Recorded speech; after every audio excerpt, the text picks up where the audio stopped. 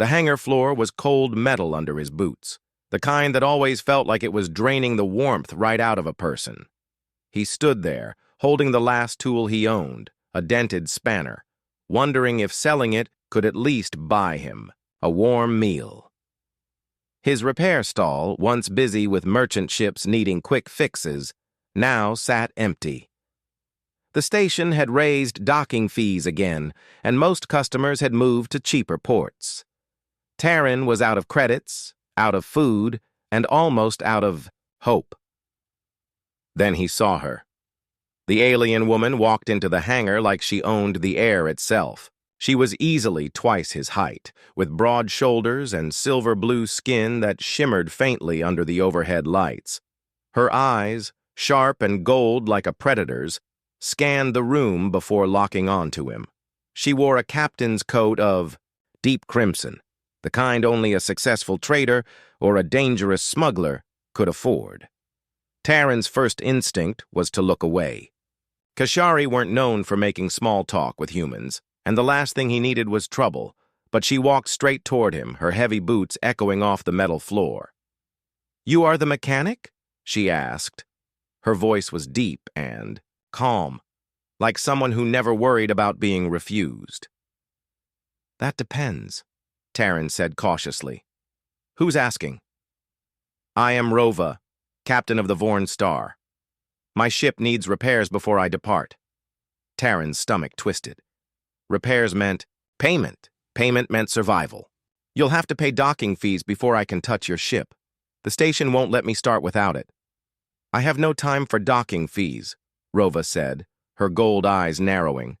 "I have a faster arrangement to offer." That was when she explained it. In some sectors, marriage contracts weren't just about romance. They could be legal business agreements, granting both parties shared access to property, ships, and travel rights. Rova's proposal was simple. Taryn would marry her on paper, gain shared rights to her ship, and in return, he would keep it in perfect working order. Once her trade run was complete, they could dissolve the contract. To Taryn, it sounded ridiculous. He barely knew her. But then again, his options were running out. "And if I refuse?" he asked. "Then you stay here," Rova said, "and starve with your broken tools." It wasn't the kindest sales pitch, but Taryn knew desperation when he heard it, both hers and his. They signed the contract at the nearest registry office. The clerk barely looked at them as he stamped the agreement and uploaded it to the Interstellar Marriage and Property Database. Just like that, Taryn was legally bound to a towering alien woman he had met only 10 minutes earlier. For a brief moment, Taryn felt a spark of hope. Maybe this was the turning point. Maybe life had just thrown him the strangest but luckiest deal he'd ever get. That hope lasted exactly 20 minutes. When they reached Dock 47, Rova's ship was a sight to behold. The Vorn Star was a bulky freighter with a curved hull and heavy thruster mounts clearly built for long hauls through rough space. Taryn could already spot areas where repairs would make her run faster and safer. "This is," he started to say, but Rova cut him off. "You will stay here," she ordered.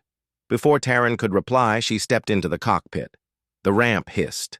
As it retracted, the airlock sealed and the ship's engines roared to life. A moment later, the Vorn Star lifted off, leaving him standing alone in the docking bay.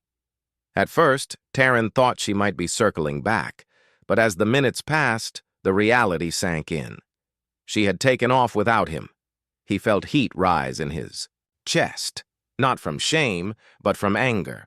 She had tricked him.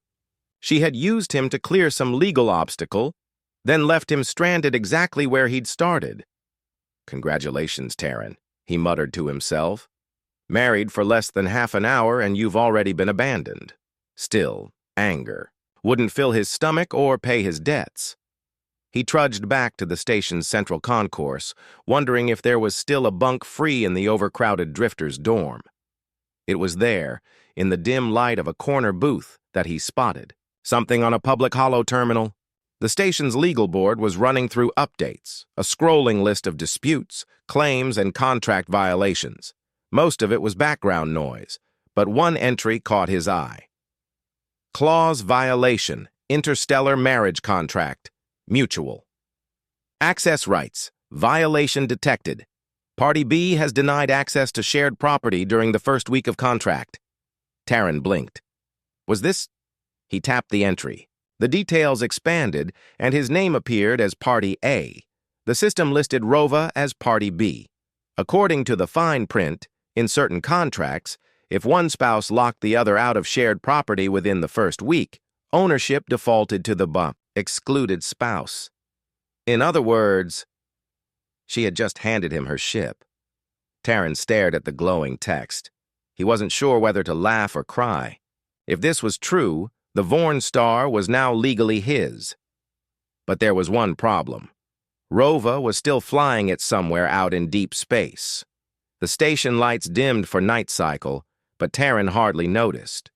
For the first time in months, he wasn't thinking about survival. He was thinking about possibility.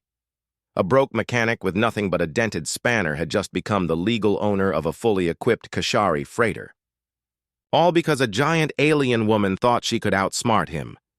Taryn leaned back in his chair, a slow smile spreading across his face. "Oh, Rova," he said under his breath. "You have no idea what you've just done." He sat in the dim corner of the station's public lounge, staring at the legal notice on the hollow terminal again and again. Each time the words "ownership defaulted to Party A" appeared, his chest tightened with a strange mix of disbelief and excitement. The Vorn Star, a ship that could earn more in one run than he had made in an entire year, was legally his now. And all because Rova, in her arrogance, had locked him out, but excitement only carried him so far. There was a problem big enough to crush his new dream. The ship was gone. Out there, somewhere in the black, Rova was flying his freighter, and, if he knew anything about the Kashari, she wouldn't hand it back with a polite smile. Taryn pushed away from the booth and headed toward the station's navigation deck. The place was busy at all hours. Pilots swapping charts, traders checking route data, and a few too many eyes looking for a quick scam. He approached the nearest nav officer, a stocky man with tired eyes. "I need the last recorded jump route for the Vorn Star," Taryn said. The officer gave him a flat look. "Registry number?" Taryn recited it from memory. The officer tapped at his console, then frowned. "Huh. You the owner?" "Yes," Taryn said, and for the first time, it wasn't a lie. The man's eyebrows lifted, but he didn't ask questions. A few more taps and a glowing route projection appeared on the display. The Vorn Star had made a short burn to clear. The station's traffic zone then jumped to the Morel Drift, a fuel outpost about 2 systems away. That was his chance. Rova would have to stop there to refuel. The trouble was, Taryn didn't have a ship of his own to chase her in. He spent the next hour walking through the hangar decks, looking for a ride. He knew most captains wouldn't take a stranger along, especially one with no credits to pay his way. But Taryn had something better than credits. He had skills. He finally found his opening near Dock 12. A small cargo hauler was being loaded with crates of sealed food containers. The captain, a thin woman with a patch over one eye, was swearing. At a stuck cargo latch, Taryn stepped forward. "Need a mechanic?" "Do I look like I can afford one?" she muttered. "You don't have to afford me," Taryn said. "I just need a lift to the Morel Drift. In exchange, I'll fix that latch, your left stabilizer, and that slow fuel gauge I'm guessing has been driving you crazy." Her one good eye narrowed. "How do you know about the fuel gauge?" "It's humming," Taryn said simply. "They only do that when the calibration coil's failing." The captain stared for a long moment, then sighed. "Fine. Get it fixed before we leave, and you've got yourself a bunk." The ride to the Morel Drift wasn't comfortable. Taryn's bunk turned out to be a narrow storage nook between 2 stacks of cargo crates. Still, the hum of the ship's engines felt almost comforting, like the sound of opportunity warming up. As they approached the drift, Taryn kept his eyes on the main viewport. The outpost appeared as a cluster of metal domes welded onto a huge asteroid, surrounded by flickering lights and docking arms. It wasn't pretty, but it was one of the few fueling stations in this sector that welcomed all species. And asked few questions. The moment they docked, Taryn thanked the captain and headed straight for the refuel control bay. It didn't take long to find her ship's signal.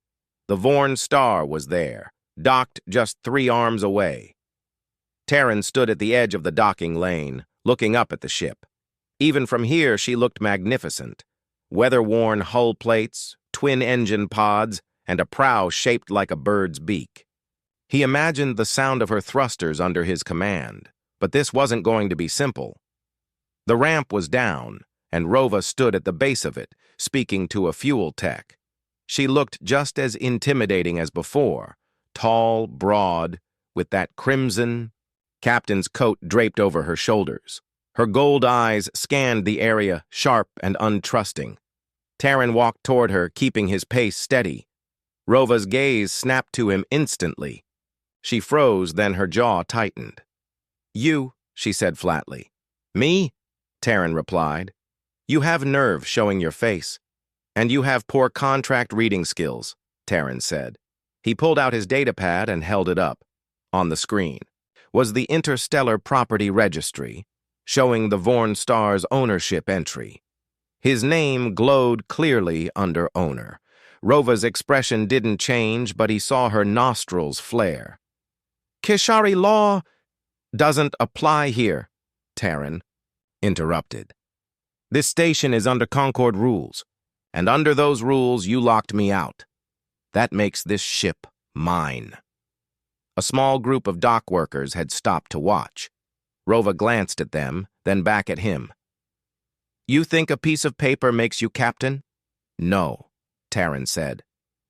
"My skills do." For a long moment they stood there in silence, neither willing to back down. Finally, Rova stepped aside. "Fine, you want your ship? Then you're in charge, but you keep me on as crew." Taryn studied her face. He didn't trust her, not for a second, but she knew this ship and this crew better than anyone. Throwing her out now might be asking for trouble. "Fine," Taryn said. "But we do things my way from now on." Her gold eyes narrowed, but she nodded once. "Your way, Captain." When Taryn stepped onto the Vorn Star for the first time, it felt like walking into another life. The air smelled faintly of metal and oil. The hum of the engines carried through the floor, and every bulkhead seemed to whisper with stories of far-off worlds. But as he moved through the corridors, he noticed something else. The ship wasn't in as good condition as it looked from the outside. Panels were loose, wiring was exposed, and the shield generator was running at barely half strength. The more he saw, the more it became clear. Rova hadn't just needed him for his name on a contract. She needed someone who could keep this ship from falling apart. And now that someone was him. That night, in his new cabin, Taryn lay awake listening to the faint hum of the ship's systems. He had done it. He had gone from a broke mechanic sleeping on cold station floors to the owner of a freighter with real potential. But deep down, he knew this wasn't the end of his fight with Rova. No, this was just the first round. And next time, she wouldn't be so careless. The Vorn Star felt bigger when Taryn walked her corridors as the official captain. It wasn't just the size of the ship, it was the weight of what it meant. Every hum from the engines, every flicker from the lights, every vibration in the floor was now his responsibility. For a man who had spent the last year scraping together station repair jobs, it was a strange kind of power. But ownership didn't mean respect. When Taryn stepped into the main deck, the crew turned to look at him. 4 sets of eyes studied the small human who now had their ship in his name. He recognized their expressions. They weren't impressed. The first mate, a broad-shouldered Tarlian with skin like rough stone, spoke first. "Captain Rova says you're the new owner. That true?" Taran nodded. Registry confirmed it. The Tarlian's gaze slid to Rova, who stood near the wall, arms crossed, watching silently. She also says you have no idea how to fly a freighter, the Tarlian added. That's true, Taran said calmly. But I know how to keep one from falling apart. And from the looks of things, your ship needs that more than anything. His first stop was the engine room. The moment he stepped inside, his mechanic's instincts kicked in. The primary coolant line was patched with mismatched parts, some not even meant for this model. The fuel intake regulator hummed too loudly, a sign it was running under stress, and the grav stabilizers. Well, the less said about them, the better. He turned to the ship's engineer, a thin, insect-like foray named Zer. How long have these systems been running like this? Zer's antennae twitched. Months. Captain Rova says repairs are expensive. Expensive now, Taran said, is cheap compared to replacing an engine core when it melts through the floor. The engineer tilted his head. You can fix them? Taran smiled faintly. I can make them better than new. He spent the next 2 days crawling through access hatches, replacing worn seals, recalibrating fuel lines and tightening more bolts than he could count. The work was exhausting, but Taran didn't mind. This was where he was most comfortable. The crew watched him work. At first they were skeptical, but as the hum of the engine smoothed out and the ship's shuddering during flight disappeared, their skepticism began to fade. Even Rova noticed. One evening, as Taran tightened the last seal on the shield generator, she stepped into the compartment. The crew says the engines run smoother than they have in a year, she said. They were on the edge of failing, Taran replied without looking up. You're lucky they lasted as long as they did. Rova's golden eyes narrowed. You speak as if I do not care for my ship. I think you care, Taran said, but you've been running it like a trader, not an engineer. You push it until it breaks. I can't work like that. Her lips curved into something between a smirk and a challenge. You speak boldly for someone who has been captain for less than a week. And yet, Taran said, finally meeting her eyes, here I am, making your ship better while you watch. By the end of the week, Taran had done more than repairs. He had earned the crew's cautious respect. On the morning of their next departure, the Tarlian first mate approached him on the bridge. Engines are ready, Captain. Feels like a new ship. Good, Taran said. Let's keep it that way. Rova was at the helm. She didn't offer the seat to him, and Taran didn't ask for it. He knew flying was her skill, and for now he was content to let her steer. The important thing was that the Vorn star was running at her best, and every credit they made on this trip would go into his account. Still, he could sense the tension. Rova hadn't given up. She was too proud, too clever to let him keep control. Forever. That afternoon, while checking the cargo manifest, Taran found something unusual. There was a sealed bay listed in the ship's registry, Bay 7, but when he walked the corridors, he couldn't find any door to it. He double-checked the schematics. Bay 7 was there, deep in the lower hull, but it wasn't marked on the ship's internal maps. He found Zer in the engine room. Do you know anything about Bay 7? Taran asked. The engineer's antennae twitched again. Bay 7 is off limits. Captain's orders. Taran frowned. Why? Zer's voice lowered. Cargo. Special cargo. What kind of cargo? The engineer hesitated, then shook his head. I do not ask. I do not want to know. That night, Taran couldn't stop thinking about it. If he was truly the owner of this ship, there shouldn't be any off-limits sections. Not without his say. He decided to check it himself. The access hatch to the lower hull was locked with a security code. Taran hooked his datapad to the E panel and began bypassing the lock. It was an old model, easy enough for someone with his skills to crack. When the hatch slid open, a narrow stairwell led down into darkness. Taran grabbed a hand light and descended. The air down here was colder, the walls lined with insulation plates. At the end of the corridor, he found a thick metal door with heavy clamps.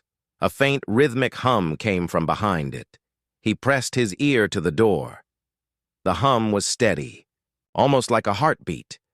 Before he could open it, a voice spoke behind him. "Step away from the door." Taryn turned. Rova stood at the top of the stairwell, her broad frame filling the narrow space. Her golden eyes glowed faintly in the dim light. "What's in there?" Taryn asked. "Not your concern," Rova replied. "I'm the owner of this ship. Everything on board is my concern."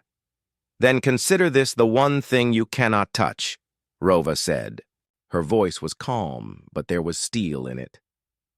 "You fix engines, you run cargo, you take your share, but this bay stays sealed. Always." Taryn studied her for a long moment. He could push her now, demand to know what she was hiding, but something told him that would be a mistake, for now. He stepped back from the door. "Fine. But one day I'm going to find out what's in there." Rova didn't answer. She just turned and walked away, leaving Taryn alone in the cold corridor, the faint hum of the sealed bay still echoing in his ears. By the time he returned to his cabin, Taryn's mind was racing. The Vorn Star was running better than ever. The crew was starting to accept him, and the trade route ahead looked profitable. But there was something hidden in his ship, that Rova would do anything to protect. And Taryn wasn't the kind of man who could leave a mystery alone. The Vorn Star glided through open space, her engines running smoother than they had in months. Taryn stood on the bridge beside the navigation console, watching the stars drift across the viewport. Everything looked peaceful. But on this ship, peace was never more than surface deep. Rova sat in the pilot's chair, her long fingers moving across the controls with practiced ease. She didn't look at him, but he could feel the tension in the air, as sharp as the hum of the ship's systems. Neither of them spoke about Bay 7. They didn't need to. The crew had begun adjusting to their new arrangement. The Tarlian first mate, Jor, no longer glared every time Taryn gave an order. Jer, the insect-like engineer, had started asking for his opinion before making small repairs. Even the quiet quartermaster, a pale-skinned Sorelli named Mean, seemed less guarded around him. But the real test wasn't earning the crew's respect. It was surviving the silent tug-of-war between him and Rova. That tug-of-war became clear 2 days later, when Taryn reviewed the next trade stop on their route. "We're set to dock at the Karen Exchange tomorrow," he said, looking over the cargo manifest. "If we swap the low-value ores for refined alloy there, we can sell for double at the next station." Rova didn't turn from the controls. "The ores are already sold." Taryn frowned. "Sold to who?" "To someone who pays more than alloy." "Buyers," she replied flatly. "That's not possible," Taryn said. "I've checked the market rates. No one's paying more for raw ore right now." Her gold eyes finally flicked toward him. "Not on the public market." Taryn's grip tightened on the manifest tablet. "So we're talking about private buyers." Rova didn't answer, but her silence was answer enough. Private buyers meant risk. The kind of risk that could get a ship flagged for inspection, or worse. Taryn had spent years fixing freighters that had been seized after shady deals went bad. He wasn't about to let that happen to his ship. "I'm not agreeing to anything that risks seizure," he said. "This ship is running clean under my name. We keep it that way." Rova's jaw tightened, but she said nothing.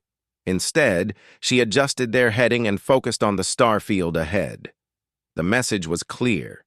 She'd heard him, but she didn't agree.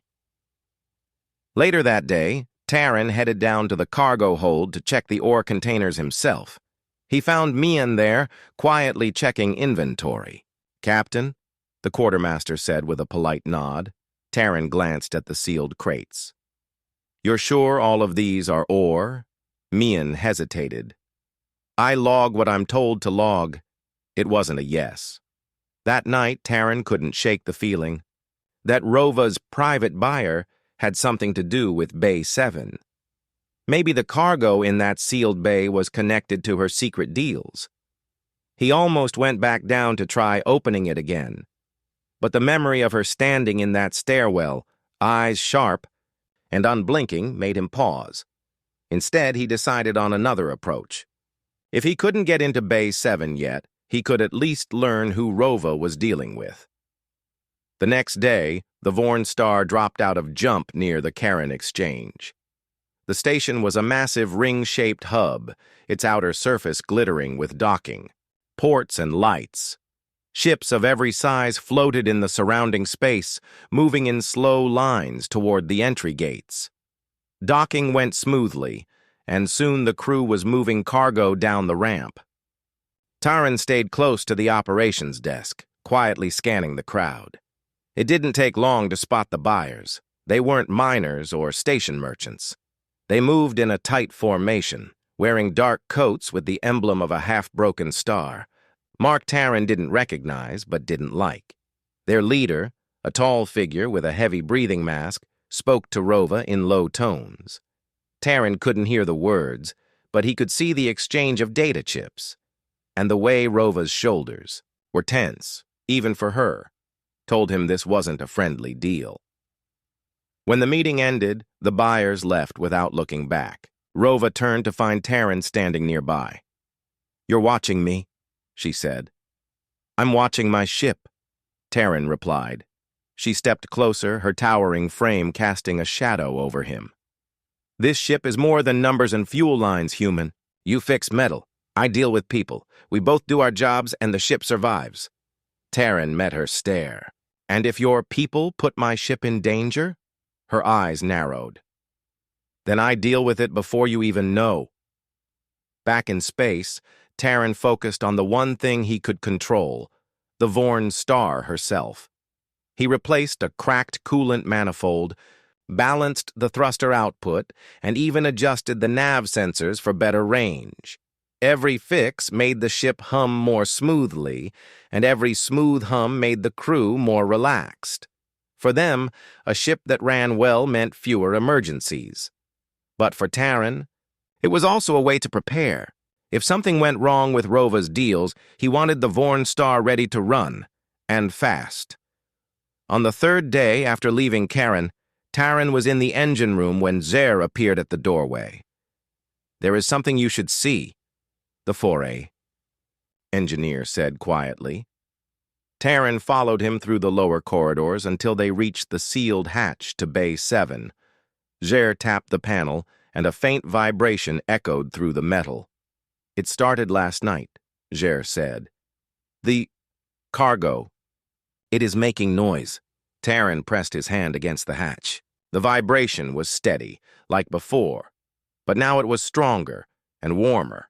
It almost felt alive. Before Taryn could speak, the ship's comms crackled to life. "Bridge to all crew," Jor's voice rumbled. "We've got a tail. Unknown ship, following at long range." Taryn and Zer exchanged a look, then headed quickly toward the bridge. When they arrived, the forward screens showed a dark, angular vessel keeping pace several clicks behind. No transponder, no markings, just a silent shadow in the void. "They're not answering hails," Jor said. Rova's hands gripped the controls. "They don't need to. I know why they're here." Taryn glanced at her. "Bay 7? She didn't answer, but her silence was all he needed. As the shadowy ship held its distance, Taryn's mind raced. Someone was after the cargo she was hiding, and now they were after his ship to get it. Whatever Rova had been keeping from him was about to catch up with both of them, and this time, running might not be enough. The Vorn Star flew in uneasy silence. On the bridge, every crew member kept glancing at the rear sensors. The shadow ship was still there, just far enough to avoid looking aggressive, but close enough to make their presence clear. Taryn stood. Behind the navigation console, arms folded, eyes fixed on the screen. He had been watching the tracker for hours. The unknown vessel hadn't changed speed, hadn't hailed, hadn't fired. It was just waiting. He didn't like waiting games. Finally, he turned to Rova. We need to know what they want. And we both know the answer is in Bay 7. Rova's hands tightened on the helm controls. It's not your concern. It is my concern, Taryn said firmly. That's my ship they're following. If something in that bay is putting us in danger, I need to know. For a moment, it looked like she might refuse again. But then she exhaled slowly, her shoulders dropping. Fine, but you won't like it. She called Jor to take the helm, then led Taryn down through the lower corridors. They stopped at the heavy metal hatch of Bay 7. The hum was louder now, a low vibration that Taryn could feel through his boots. Rova entered a long code into the panel, and the clamps released with a hiss. The door slid open. Inside, the bay was dark except for a soft blue glow coming from the center. There, resting on a secure platform, was a stasis pod. Its surface was smooth and pale, with small frost crystals clinging to the edges. Taryn stepped closer. The hum was coming from the pod. What's inside? He asked quietly. Rova walked forward and placed her large hand on the surface of the pod. My niece. Taryn blinked. Your... what? My sister's child, Rova said. Her voice was softer now. She is very young, too young to survive what is happening on our homeworld. Taryn stared at the pod. So you're smuggling her to safety? Yes, to a place where she can grow without fear. The blue glow reflected in Rova's golden eyes as she continued. But she is important. To my people, to our politics. There are those who would use her as a bargaining piece. The ship following us. They know who she is. And they will not stop. Taryn looked at her for a long moment. The stubborn, proud captain he'd met in the hangar suddenly felt more human. No, more real. She wasn't just running shady deals for profit. She was protecting family. Still, that didn't change the fact that danger was closing in on them. You should have told me from the start, he said. I couldn't, she replied. The fewer who know, the safer she is. And until now, I didn't trust you. Taryn gave a dry laugh. And now you do? Rova didn't answer, but the look in her eyes was enough. The ship's comms crackled. Bridge to captain, Jor's deep voice came through. They're closing in, gaining speed. Rova turned sharply. Seal the bay, she ordered. Taryn followed her back to the bridge. The shadow ship was now only a few clicks behind, its angular hull growing larger on the screen. They're trying to force us out of jump range, Taryn said, scanning the readings. We could outrun them if the engines are pushed, Jor suggested. Taryn shook his head. Not with our current fuel levels. We need another way. He studied the tactical display. The star map showed a dense asteroid belt 2 light minutes ahead. We go through there, he said. Rova frowned. Too dangerous. That field is unstable. Exactly, Taryn replied. They'll have to slow down or risk collision. We've got the ship running smooth now. I can squeeze more out of the thrusters than they'll expect. Jor looked uncertain, but Rova finally nodded. Do it! The Vorn star roared toward the asteroid belt. Massive chunks of rock drifted slowly against a backdrop of distant stars, some spinning lazily, others locked in fast, unpredictable orbits. Taryn took the co-pilot seat, adjusting thruster output in real time as Rova guided them between the rocks. The ship vibrated under the strain, but every system held steady. The shadow vessel followed, weaving through the field, but at a slower pace. They're losing ground, Taryn said. Not enough, Rova replied. We need to vanish, Taryn glanced at the sensor readouts and an idea formed. If we use that large asteroid ahead as cover, I can kill the power for a few seconds. We drift behind it, then kick the engines on full burn when they pass. They'll overshoot. Rova considered, then smirked. Risky. I like it. The maneuver was tense. The Vorn star slid into the asteroid's shadow, and Terran powered down everything but life support. The hum of the engines faded to silence. The crew held their breath. On the sensors, the shadow ship moved closer. Closer. Then past them entirely. Now! Rova barked. Terran slammed the engines to full.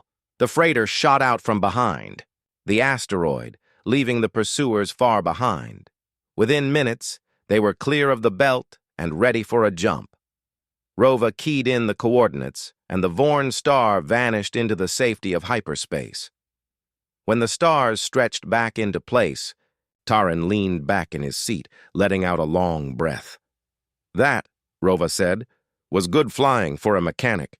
Taran allowed himself a small smile. And that was good trusting, for a captain who doesn't like to share secrets. Down in Bay 7, the stasis pod's glow pulsed gently. The child inside slept peacefully, unaware of the danger that had been chasing her through the stars, but Taran knew this wasn't over. If those pursuers wanted her that badly, they'd be back, and next time, they might not be so easy to lose. Hyperspace travel was normally quiet, but tonight the Vorn star felt tense, like every bolt and panel was holding its breath. Taran sat alone in the engine room, running diagnostics on the thrusters. The long jump they'd just made had strained the systems, and if trouble came again, they'd need every bit of speed the ship could give. He stared at the readouts, but his thoughts kept returning to Bay 7, where the stasis pod rested, and to the fact that their enemies now knew exactly what they were carrying. Up on the bridge, Rova was staring at the stars rushing past. Her large hands tightened on the armrests. Jor stood beside her, arms crossed. "They'll come back," he said quietly. "I know," Rova replied. "The question is, when?" The answer came sooner than either expected. A sharp alarm broke. The hum of the engines. The console flashed red. Taran's voice came over the comm. "We've got a problem. Multiple signatures coming out of hyperspace straight ahead." Rova's eyes narrowed. "Not just one ship this time." The view shifted as the forward screen lit up with 3 dark, sleek vessels sliding into real space. They moved with military precision, blocking the Vorn star's path like a steel wall in the void. Taran ran up to the bridge, wiping engine grease off his hands. "We can't outrun them all. We need a plan." "They want the pod," Rova said. "They'll disable us and board if they have to." Taran looked at the tactical map.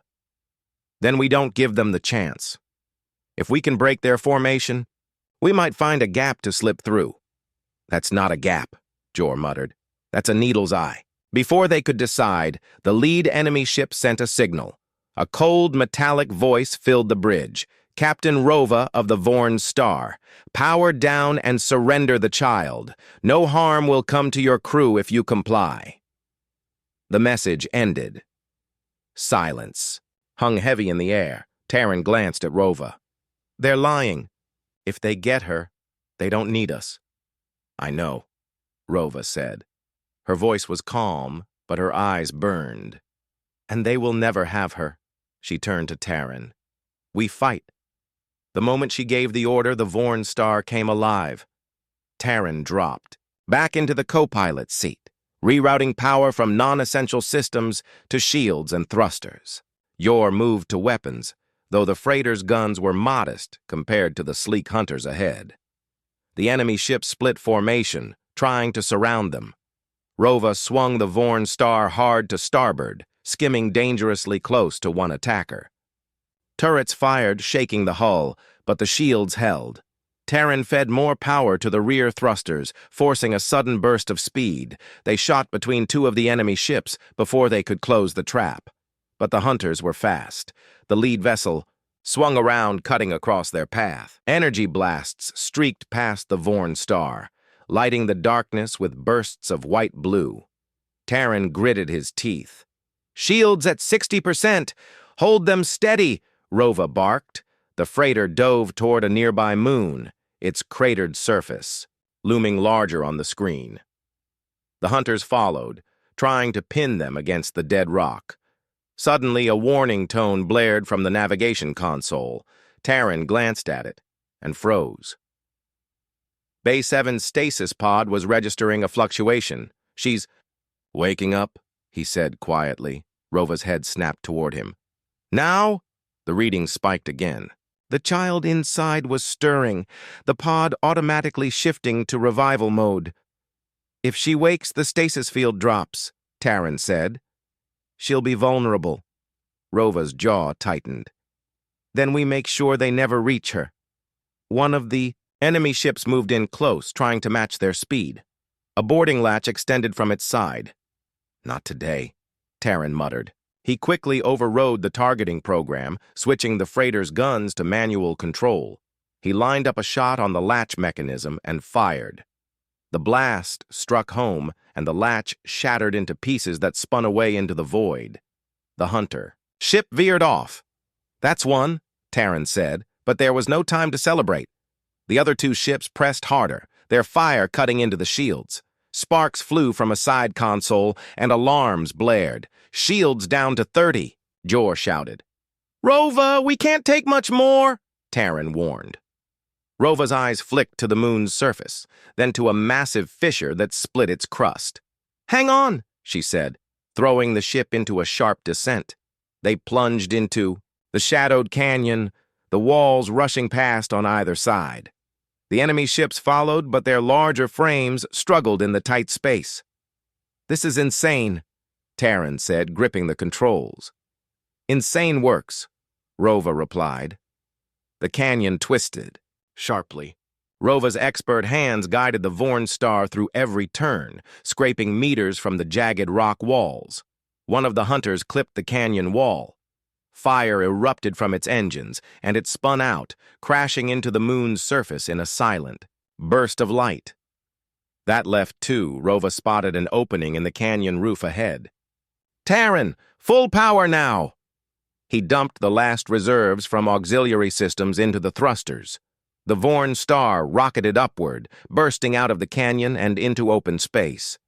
The sudden move caught the remaining hunters off guard, giving the freighter the seconds it needed to line up a jump vector. Coordinates locked, Taryn said. Do it, Rova ordered. The Vorn star leapt into hyperspace once more, leaving the burning moon and their pursuers far behind. In the sudden quiet, Taryn and Rova both sat back, breathing hard.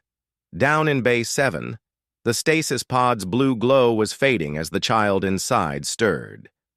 She's waking, Taryn repeated, his voice softer this time. Rova's gaze turned distant. Then we must be ready, because if she wakes, the real trouble begins. The Vorn star drifted silently through hyperspace, her hull glowing faintly from the last jump. Taryn sat in the co-pilot seat, his hands still shaking from the chase through the canyon. He glanced at the stasis pod in Bay 7. The gentle blue glow had faded, replaced by a soft pulse, slower now, but steady. She's waking, he murmured. Rova, standing beside him, watched silently. Her golden eyes were sharp, yet there was something softer in them now, a rare vulnerability he had never seen. Yes, she said, and when she fully awakens, everything changes. Down in Bay 7, the pod hissed and lifted its seals. A small figure blinked awake, her eyes wide and curious, shimmering faintly with a golden glow that mirrored Rova's. Taryn's jaw dropped. She looks almost human. She is part human, Rova explained. My sister. She married a human before. Complications. This child carries the traits of both our worlds. That is why she is so valuable, and why they wanted her. The child blinked again and cooed softly, reaching out instinctively toward Taryn. Taryn froze, then cautiously leaned closer. It's okay. I'm not going to hurt you. The little one's golden eyes flicked from him to Rova, then back, studying him with surprising awareness. On the bridge, alarms suddenly flared. "They've found us again," Jor's voice rumbled. Taryn ran to the console. 3 ships had dropped out of hyperspace nearby, moving fast. They were larger, more heavily armed than the last group. "They won't stop until they have her," Taryn said. Rova's expression hardened. "Then we won't give her up." Taryn returned to Bay 7. The child was crawling now, small hands testing the pod's edge. She stopped suddenly, ears turning slightly as if sensing something. She can feel them," Taryn said, alarmed. Rova's jaw tightened. "She can sense danger, part of her inheritance from our side. It will protect her if trained, but right now she's too young to control it." Taryn nodded. "Then we have to keep her safe, no matter what." The Vorn star shuddered as enemy fire slammed against the shields. Sparks flew along the corridor. Walls and the hum of the engines pitched higher. Rova took the pilot's chair with renewed focus. "Taryn, we'll split them. I'll draw 2 ships away and you take 1. Protect the child at all costs." Taryn swallowed hard. "I've never commanded a battle like this." "You don't need to. You just need to survive," Rova said firmly. The freighter jumped into action. Rova swung the Vorn star hard toward a nearby asteroid cluster, weaving between jagged rocks. The first 2 enemy ships followed her, their large frames struggling to maneuver. Taryn, at the rear console, guided the last pursuer into a narrow path between debris. Using the ship's smaller size to his advantage, he dodged blasts and returned fire just enough to keep the hunter at bay. Back in Bay 7, the child stirred again. Her small hands glowed faintly. Sparks of energy flickered across the walls as her senses seemed to reach out into the ship. "She's responding to the danger," Rova said into her comm. "Be ready for anything." Taryn's heart pounded. The child raised her arms and a sudden pulse radiated through the ship. The shield stabilized even under heavy fire and the pursuing hunter ship jolted, its systems disrupted by the pulse. "She's helping!" Taryn shouted. "Yes," Rova said, awe in her voice. "Even at her age, she can affect technology, defend herself and the ship." The enemy vessels weren't expecting this. One of them spun out of control and crashed into a floating asteroid. The second tried to retreat, but veered too close to the first wreckage and collided, exploding into debris. Taryn wiped sweat from his forehead. "We're clear. For now." Rova leaned back in her chair. "For now." The child had settled back onto the pod's platform, exhausted but alert. She reached toward Taryn again. This time, he held out his hand. She took it, gripping him. With surprising strength. "She trusts you," Rova said softly. "And now, you're part of her world." Taryn looked at her, and for the first time, he understood the weight of what he owned. Not just the ship, but a life that depended on him. Days passed in cautious peace. The Vorn star remained in transit through uncharted systems, avoiding known patrols. Taryn continued repairing and upgrading the ship, making it faster and more reliable. Rova worked alongside him, teaching him subtle piloting tricks and ship, systems he had never seen before. The child grew stronger, her small energy pulses becoming more controlled, as if instinctively learning to use her gifts safely. One evening, as stars shimmered past the viewport, Taryn looked at the small family that had formed aboard the freighter. He had gone from a broke mechanic to a captain of a ship worth more than he could imagine. He had faced enemies, evaded capture, and now he had something far more precious, a family and a chance to protect someone who could change the balance of worlds. Rova approached him.